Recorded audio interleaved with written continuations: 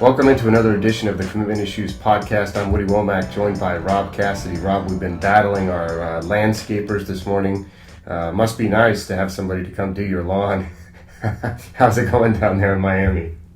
Yeah, it's wonderful living the lavish lifestyle in this cramped, small condo where people come and blow my leaves. So it's not the king's lifestyle that everybody imagines. Yeah, my guys keep firing it up, so if you hear it in the background, that's what it is, unfortunately.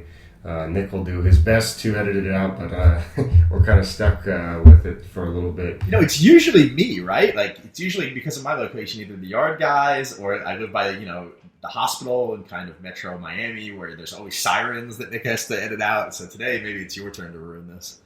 But, don't count out a good siren. Don't count out a good murder across the street from my place. I mean, that definitely could happen.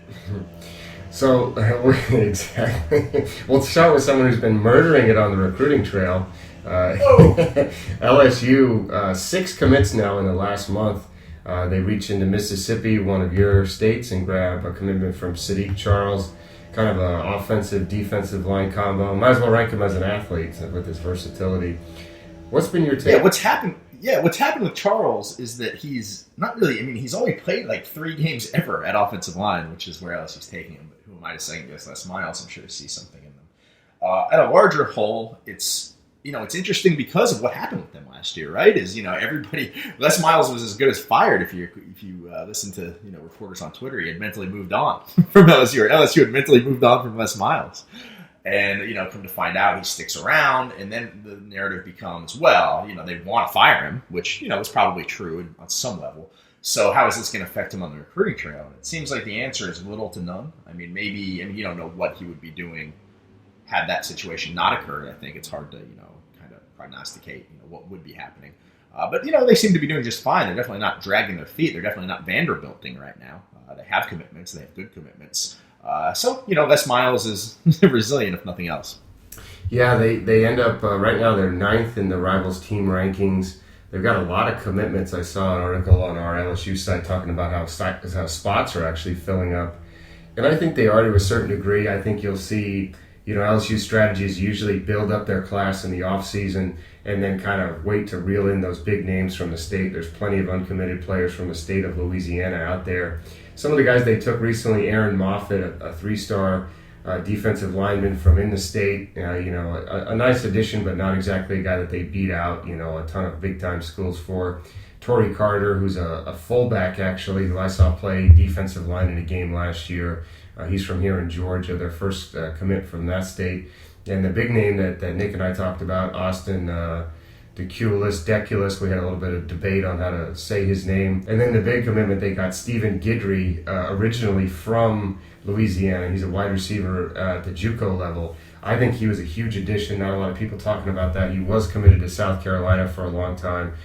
So you pair him with Lowell Narcisse, the quarterback, and then, of course, Charles, the offensive lineman. Really, they built basically from every single position that they really needed. Now it's time to go get these big names and reel in some of these 4 and 5 stars. Yeah, absolutely. And I think, that kind of thing can happen for them. I think that everybody expects them to have a very good season.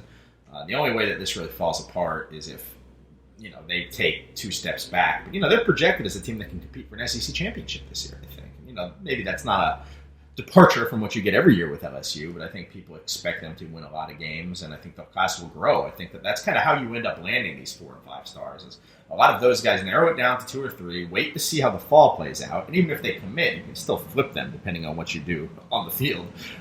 So that could come together closer to signing day. I think that, and it's an early prediction to make, but I think that LSU has the feel of one of those teams that could have a very strong finish this year. Yeah, I wouldn't be surprised to see them pull out, 8 of the top 10 in state, which are all, top 250 guys. I think that would be a reasonable thing for them. They're always fighting with Alabama, of course, in the state of Louisiana for those top guys, but basically that's their only competition. So we'll be watching them going forward. So one story we're watching, basically not a big recruiting impact here, but just in the college football world, it's a slow news time, and our boy Josh Rosen popping off on all types of social media. First, he wore the anti-Donald Trump hat, which drew some ire from his head coach, who actually went on a radio show and said he's headed toward Johnny Manziel territory, which I don't know if I would compare wearing a hat to being addicted to drugs and alcohol. That's just me.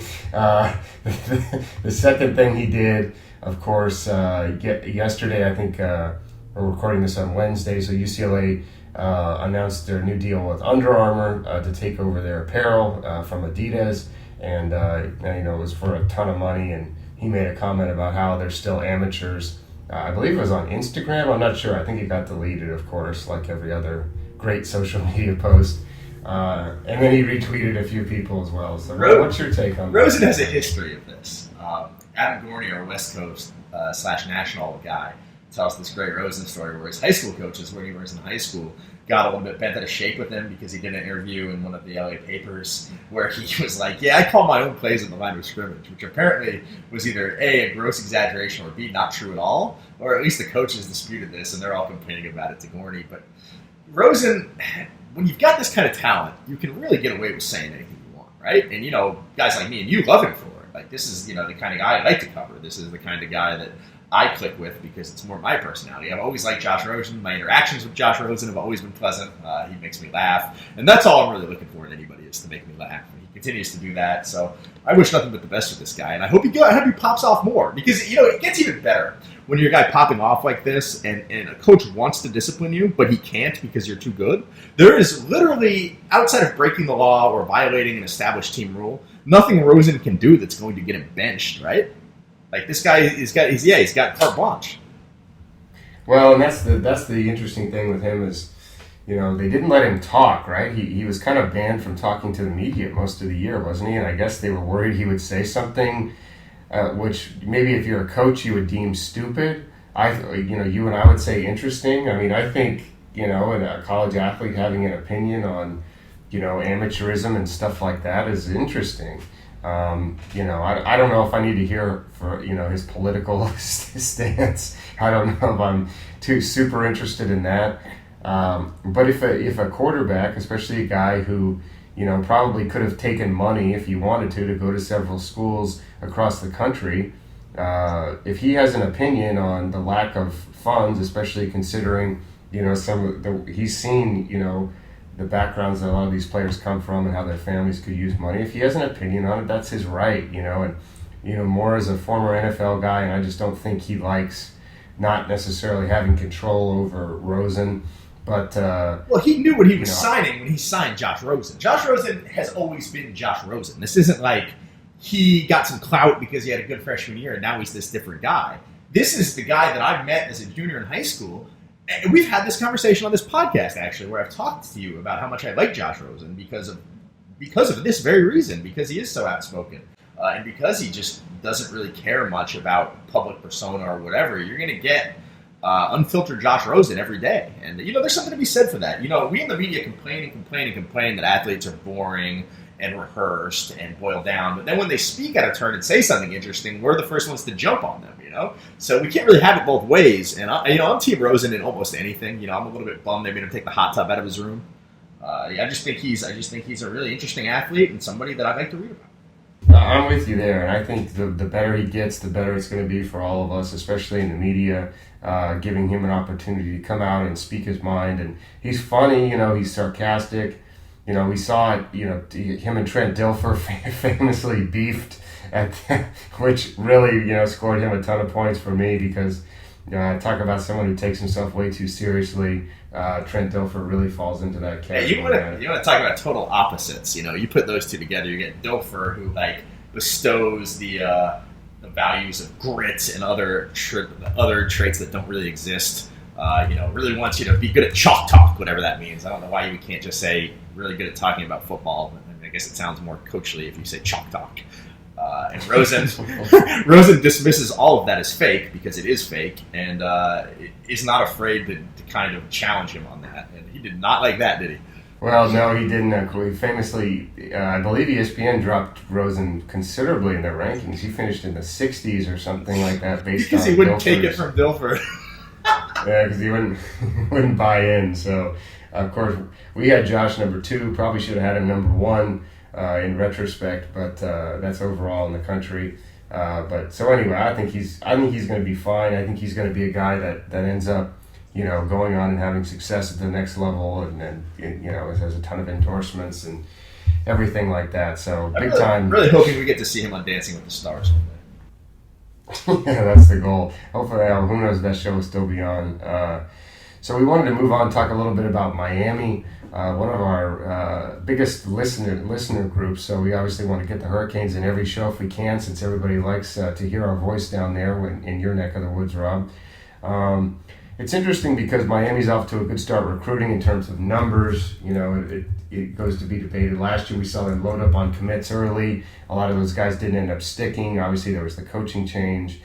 This year, though, they've got a pretty good class put together. They recently picked up a commitment from DJ Dallas, an athlete from down in South Georgia that I know a lot of schools were high on, especially Oregon. They really wanted him. They compared him to some of the players they've had in their offense recently. So it's a huge addition for Mark Richt and company. The question is, they're number 3 in the team rankings. How do they stay there? What do you think on field they have to do this year to kind of keep this momentum and keep a lot of these recruits, especially because other schools are going to keep recruiting them? I feel like this year, when you look at it, there are a lot of 3-stars mixed in, but guys that, have a real good chance of moving up. And obviously last year was a play to kind of keep Al Golden's job, right? Hey, look at this recruiting class we have. They got some guys too. Sam Bruce was in that class forever. There were talented guys, but they also took guys just for numbers last year.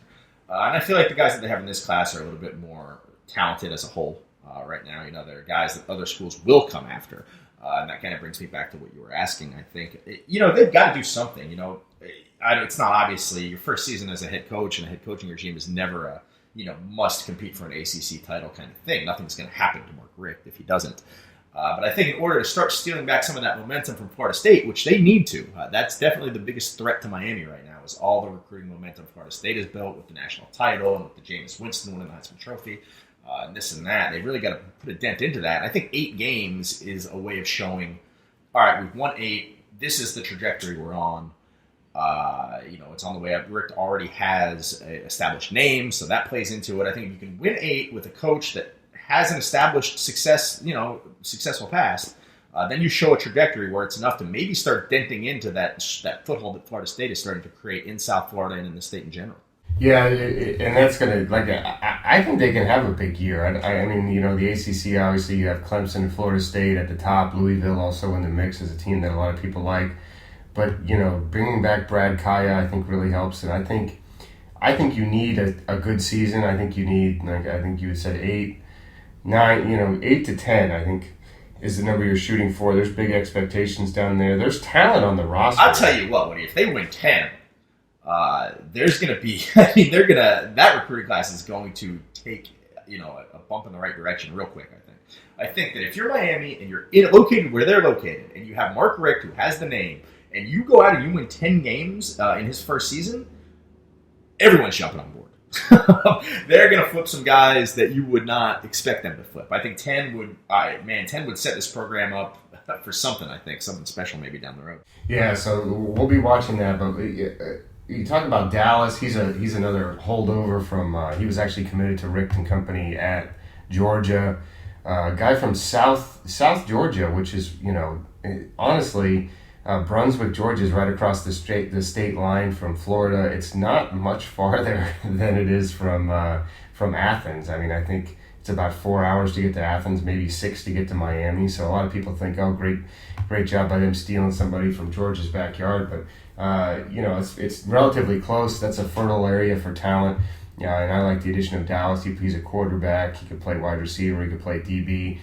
So good pickup there, and the Tide keep rolling along. So we're short on topics this week. Time to take it out to Texas. Talk to our boy Krug City. We got all kinds of drama going down in Lone Star State. So let's head out there, talk to Nick, and we'll be back with rants and recommendations.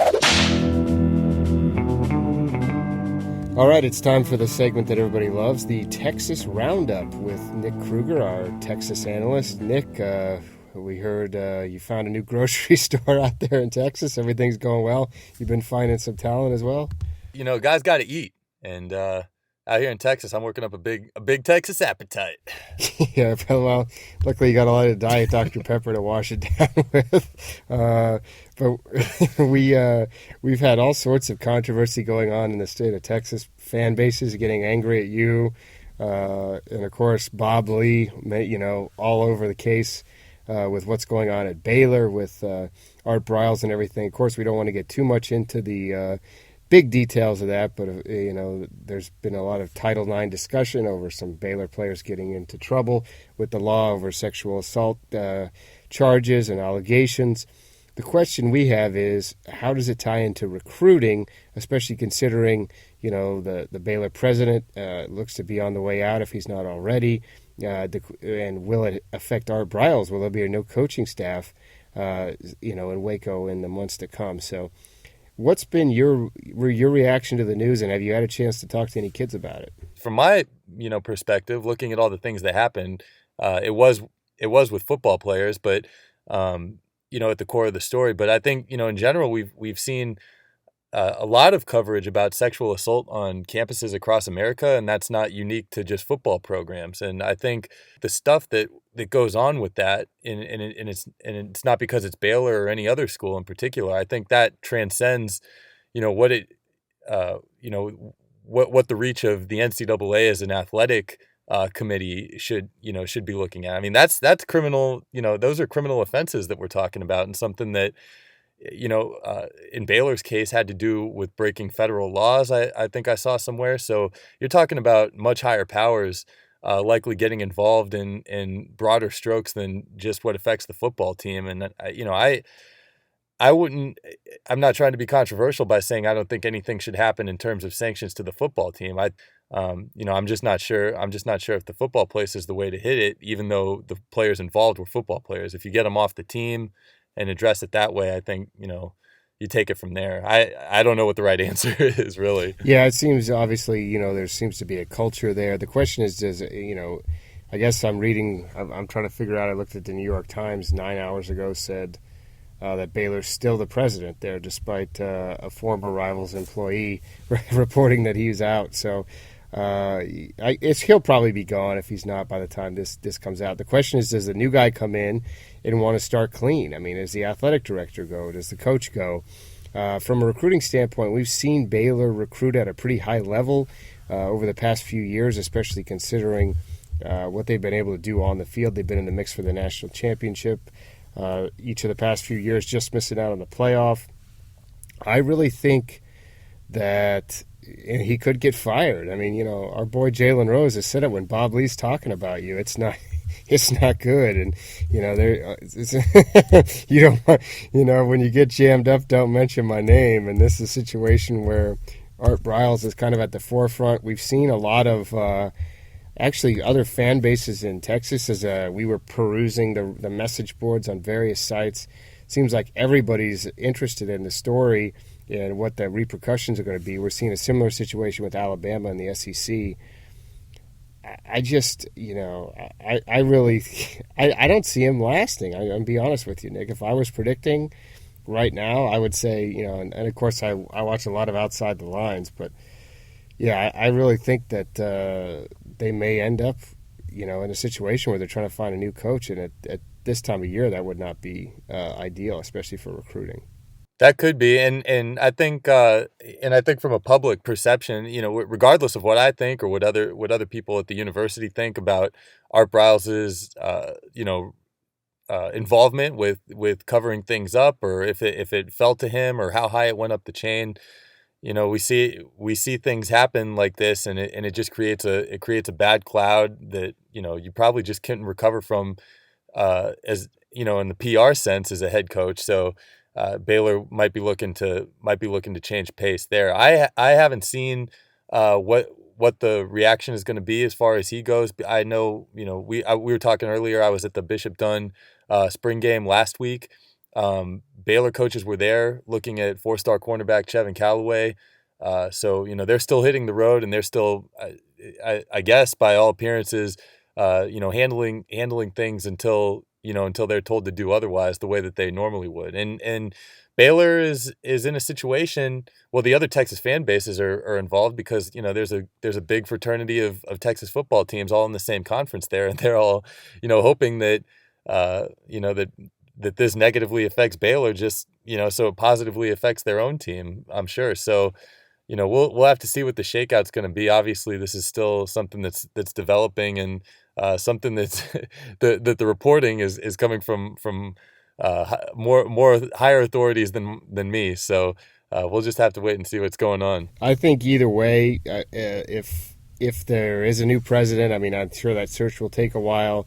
The problem is, if Art Briles is going to stay, I really think he's going to need that vote of confidence from whoever the new guy is, because you're going to see negative recruiting here. I mean, there's nothing. Well, there's got to be some authority that's handling the investigation that says that eliminates Art Briles from culpability in the whole scenario. A lot of the incident reports that I've been reading up about all take place on off-campus events, like well into the late hours of the night, when it doesn't matter if you're talking about a football coach, an art teacher, or whoever would be theoretically in charge of these kids from a staff perspective. They wouldn't be with those kids at that time anyway. So I that's why I feel the responsibility should be on the kids, and the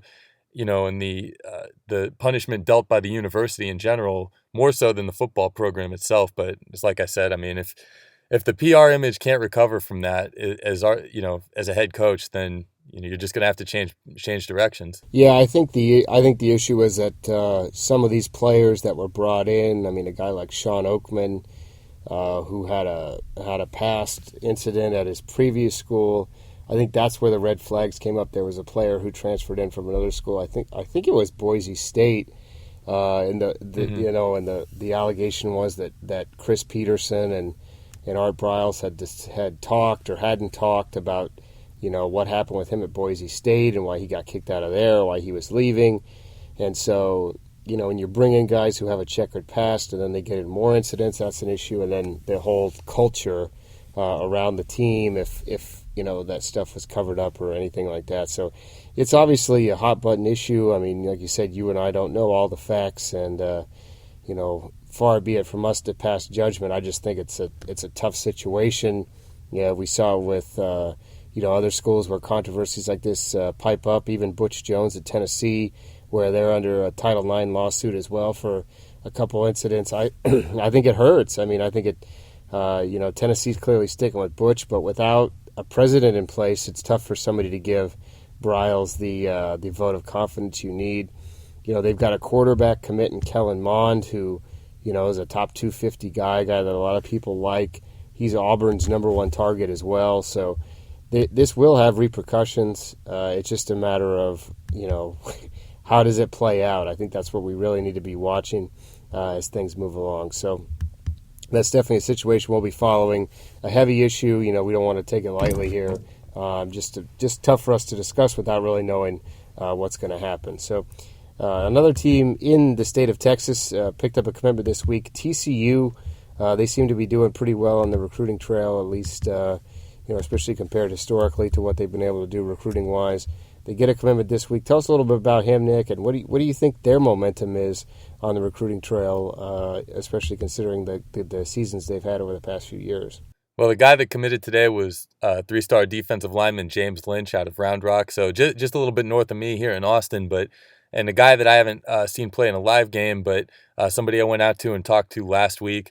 You could tell he was glowing with his reviews of TCU and his enthusiasm to being up there, and it just seemed a matter of time before he was going to commit. At the time, he said he didn't have a day or a time picked out to pare down his offers because he had been getting a lot over the course of the spring. And after TCU had offered, Colorado came in, Texas Tech came in, a few other, Colorado State, a few other made plays for him. But, you could just tell he was all in on TCU from the start. And what's interesting about his commitment is, TCU said that they'll take him as either an offensive or defensive line commit. So somebody who, gives them a little bit of versatility, depending on how the rest of their class shakes out, because you want to talk about negative recruiting against Baylor. TCU and Baylor are two teams that definitely are going to go head to head with a lot of players, and this might be something that tips the scales a little bit in their favor.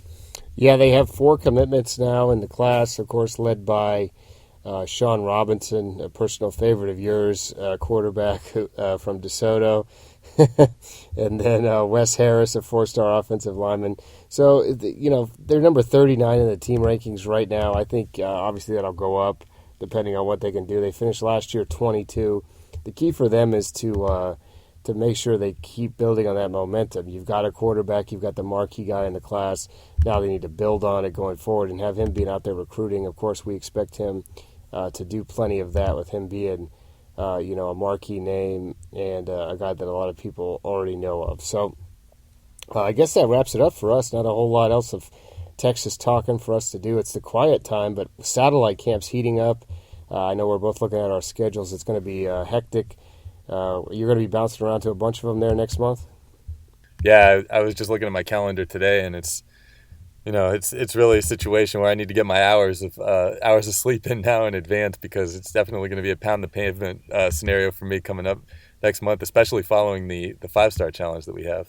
Yeah, you're going to be great for you to stand around watching guys who you don't know and can't get a roster or anything like that. But hey, guess what? Fun fact, Nick, we'll leave them with this. I covered 1 satellite camp last year, and 2 of the players at the event that I wrote about had no offers at the time, and 2 of them will be at the 5-star challenge in Atlanta just a year later. So, it just goes to show that the coaches may not have offered them, but I offered them a spot in my write-up, and next thing you know, they got 40 offers each. So that wraps us up the Texas Roundup. We'll throw it back to me and Rob to listen to us complain about produce. So we'll take it away, myself. All right, welcome back. Another journey out to Texas. Nick, of course, killing out there. Follow him on Twitter at RivalsCrookCity. A quick reminder to subscribe to us on iTunes. Just search Commitment Issues. You can find us on plenty of other podcasting tools. I don't know what you use, you Android people, but find us in your weird Android store. We got to get me back on Texas Roundup one week, man. We need to make Texas Roundup great again. Right. For at least one more week. Yeah, exactly. Well, maybe we'll retroactively have you record it because I don't want to do it today. Let's move on to Rants and Recommendations. We're pretty excited to talk about a few options. I guess I'll start us off with a rant. And I'm not even sure if I'm in the right or I'm in the wrong here, as I've been trying to read up on rants. In the city of Atlanta, there's a big trend when an ambulance comes, even if it's coming the other way on a four-lane highway, everyone just slams on the brakes and stops in the middle of the road, which is an unusual thing that I've been noticing. I don't see how it helps the ambulance get by any faster if you just stop in the opposite lane. Obviously if an ambulance is behind you, you got to get over to the right. Based on what I've read online, it seems like if you're in the opposite lane and there's no median, you're also supposed to try to veer over to the right. That still doesn't solve the issue of people slamming on their brakes in the left lane of a 4-lane highway. So who knows what goes on down there in Florida. I bet cars don't even get out of the way for ambulances. But there's going to be I'm going to get in an accident rear-ending someone who slams on their brakes when they see an ambulance coming. It's a real weird trend that's going on up here. I've not seen that happening here. I'm still trying to figure out why people drive with their hazards on in the rain. That was the whole thing that threw me. I live next to the hospital, though, so they pull right in there, and I have not seen people just slam on brakes yet, though. Well, I live relatively near to a hospital now as well, but it's so stupid. If an ambulance is coming the opposite direction, why do you stop? Like, what's going to happen? You're just going to cause another accident. The ambulance is going to have to stop and throw you in while they're taking the other person. So, that's it on my rant. It's a short rant today. It's not super exciting, but I guess if you see an ambulance coming, merge over and get on the right shoulder. Down there in Florida, everywhere has a median, so it doesn't matter. But it's really. But most of the medians are occupied by people selling produce or orchids. Well, so, at least in my neck of the woods. That's a mini rant. I miss going to Florida where I could buy 2 watermelons on the side of the road for $5. I was at Publix yesterday, $10.99 for a seedless watermelon. There is a guy on the median across from my house that sits out there all day and just sells limes, man. And you'd be surprised. I mean, it's quite a hustle. You'd be surprised when people are buying those limes through the window. I mean, I've never thought about doing it. I don't use limes for anything. I'm not really a chef, and I'm not shooting tequila in my house. But, if I ever do need some limes, I think the guy on the median across the street, and that's my recommendation for the week, is the guy on the median on Sunset Drive's limes. Help him out. Looks like he's working hard. He's out there all day. That's mine too. If you're in Florida, or even I guess in South Georgia, I bought a couple yellow watermelons a couple years ago. If you see someone selling watermelons on the side of the road, chances are they're really good and they're way cheaper than anything you're going to get at the store. Those mini watermelons, those personal size watermelons they're selling now, they're disgusting. They're, talk about GMO. Watermelons are supposed to be big and delicious. GMO. Oh, man. We always do a really good job in this podcast of running right up to the line of politics and then backpedaling right back off of it. Well, guess what? Everything is GMO. Spoiler alert. Okay, because if you saw what like apples and pears and whatnot were supposed to look like, they're disgusting, unedible everything. GMO started with the Native Americans and has continued well into the 21st century. I say modify everything genetically, including me. Look, man, yeah, me too. I wish I could be taking some HGH. We need to. I'll try to get a podcast interview with the produce guy if you want to know the intricacies of Florida produce. Maybe not this week. I think he's out there right now. I'm looking out my window right now, but I could probably get him on. I think the listeners would be really thrilled by that, right? This is the Southeast Recruiting / Street Produce podcast hosted by Woody Womack and Rob Cassidy. Well, I got plenty of takes on street produce. Also, a mini recommendation, the DeKalb Farmers Market, if you live in the Atlanta area, a must stop. You can get plenty of exotic produce in there. It's pretty crazy in terms of trying to go there on the weekends, but maybe if you're on the search for a hipster girlfriend, also a great place to start. Rough it up for us. We got as much talk about produce as we did recruiting, but it's that time of year, so if you want to... Oh, snap! The lime guy just made a sale. Good for him, man. I wouldn't mind buying some limes for my smoothies, but anyway. I'll tell you what, I'll get some off of them and I'll bring them to the 5-star challenge for you. All right, perfect. All right, that wraps it up. We'll be back next week. M. Deuce, you can find him on SoundCloud, his music, playing us out as always.